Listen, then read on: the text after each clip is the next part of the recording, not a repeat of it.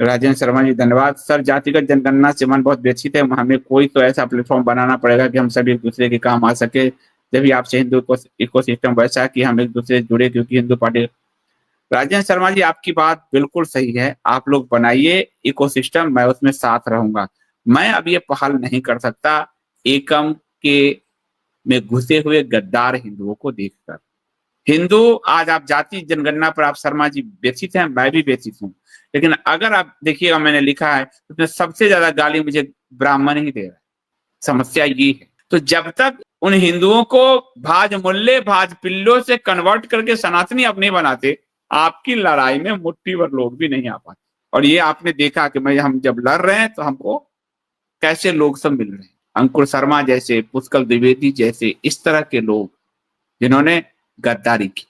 धर्म से गद्दारी के कारण किले के दरवाजे अपनों ने ही खोले।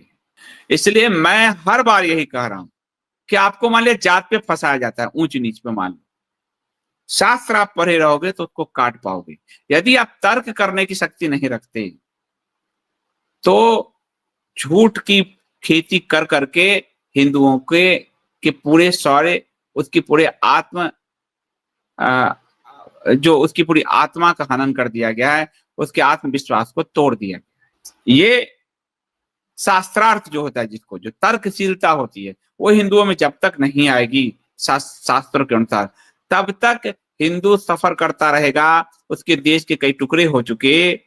जब तर्कशील हिंदू कभी किसी करमचंद के जाल में नहीं फंसेगा, तर्कशील हिंदू कभी किसी पंडित चाचा के जाल में नहीं फंसेगा, तर्कशील हिंदू कभी भी संघ, मोदी, इन सब के जाल में नहीं फंसेगा। वो धर्म को लेकर चलेगा, और जब धर्म को लेकर चलेगा तो बचेगा। आज एक महिला का वीडियो वायरल है कि जब आतंकवादी पहलगांव में मारने आए तो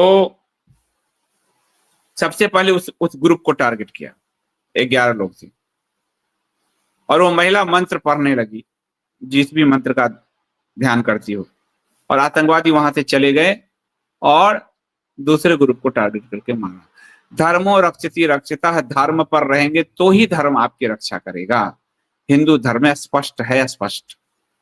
इसलिए शास्त्र अनुरूप शास्त्रज्ञ तैयार करना ही हिंदू धर्म को बचाएगा।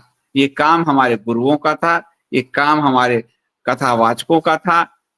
इन सब ने समझौते कर लिए हैं सत्ता से, इसलिए ये काम अब गृहस्थों को उठाना पड़ेगा, क्योंकि चारों आश्रमों में सबसे प्रबल आश्रम गृहस्थ आश्रम है।